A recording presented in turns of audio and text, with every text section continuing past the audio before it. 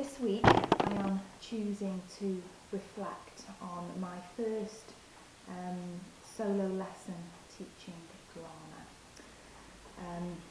This was a Year 10 class that I had observed twice previously. The pupils in the class were quite disruptive, and I did actually wonder why some of them were doing drama. Why had they chosen drama if they were going to muck about and not take the subject seriously? They were disengaged. They were doing a scripted piece of work for an assessment that was to take place in about 2 weeks' time. What struck me was that they were totally unable to work as a group. I'm just going to read you a quote by Henry Newen from Bill Rogers' Classroom Behaviour. A few years ago I met an old professor at the University of Notre Dame. Looking back on his long life of teaching, he said with a funny twinkle in his eyes, "I've always complained that my work was constantly interrupted until I slowly discovered that my interruptions were my work." So, linking that piece of theory there into what I was going to do with this Year 10 class. My initial thoughts of the disruptive behaviour, wondering why on earth some of them had taken drama, they'd just done it thinking it was maybe a DOS subject to take. I'm getting frustrated with some of them because they were totally ruining it for the other half of the class that really wanted to do drama, were really excited about drama, really looking forward to 2 years as drama as an option. So when I read that quote, I realised that no, these interruptions, these disengaged pupils, they are my work, and it's up to me as a class teacher to turn that around, to try and engage them in the subject. My mentor in school thought it was a bit too ambitious so early on in my training. However, he fully supported me and remained in the room with me, ready to take over should it all go wrong. The strategies that I adapted were to establish firm and fair rules, and we did this as a discussion rather than me being authoritarian, stood at the front of the class saying you will do this, you won't do this. Because they're Year 10 and they are a bit older, and I tried to treat them as adults rather than children. I made sure that they knew that I valued them, because I do.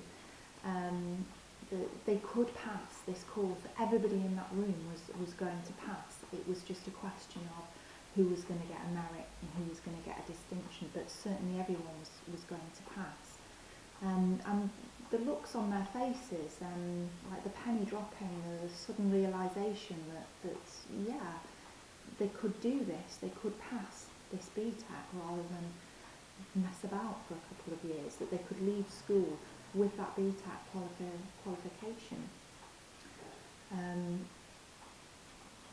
I tried also to establish drama as a subject to be valued and to respect, which I felt they weren't doing.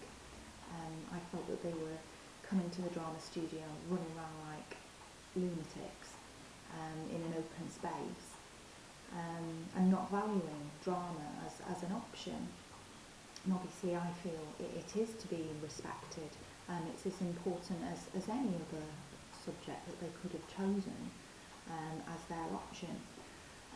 I also tried to convey to them that drama is team orientated, and we have to be able to work as a group in order to move forward with the subject. What worked was the video clip that I showed them at the beginning of the lesson, which was a clip from Pursuit of Happiness. That really got them interested in the lesson straight away.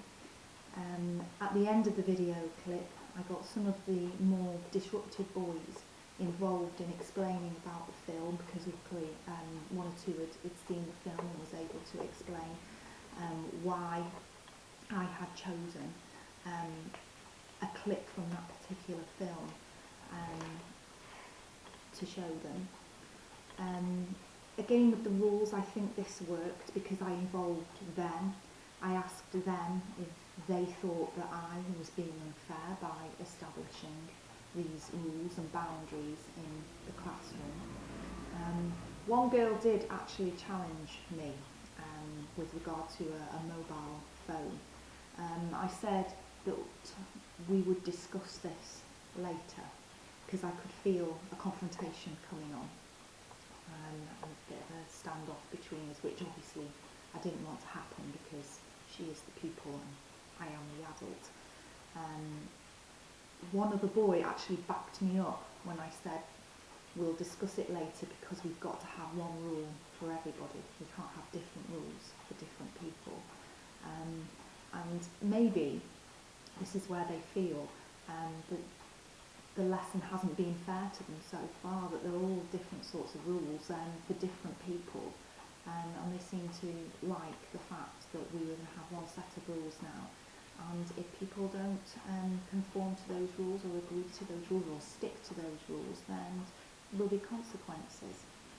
I did a workshop with them to try and build their team spirit, to get them working together as a group.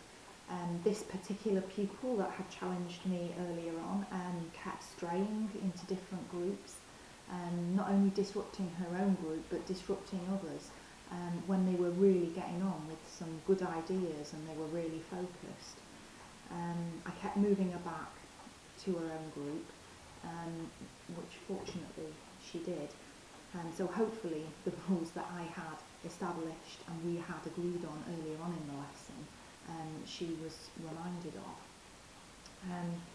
I didn't finish on time, so there was no time for discussion or a plenary or to speak to the girl who challenged me earlier on in the lesson about the rules. So next time I would adhere to the timings more closely.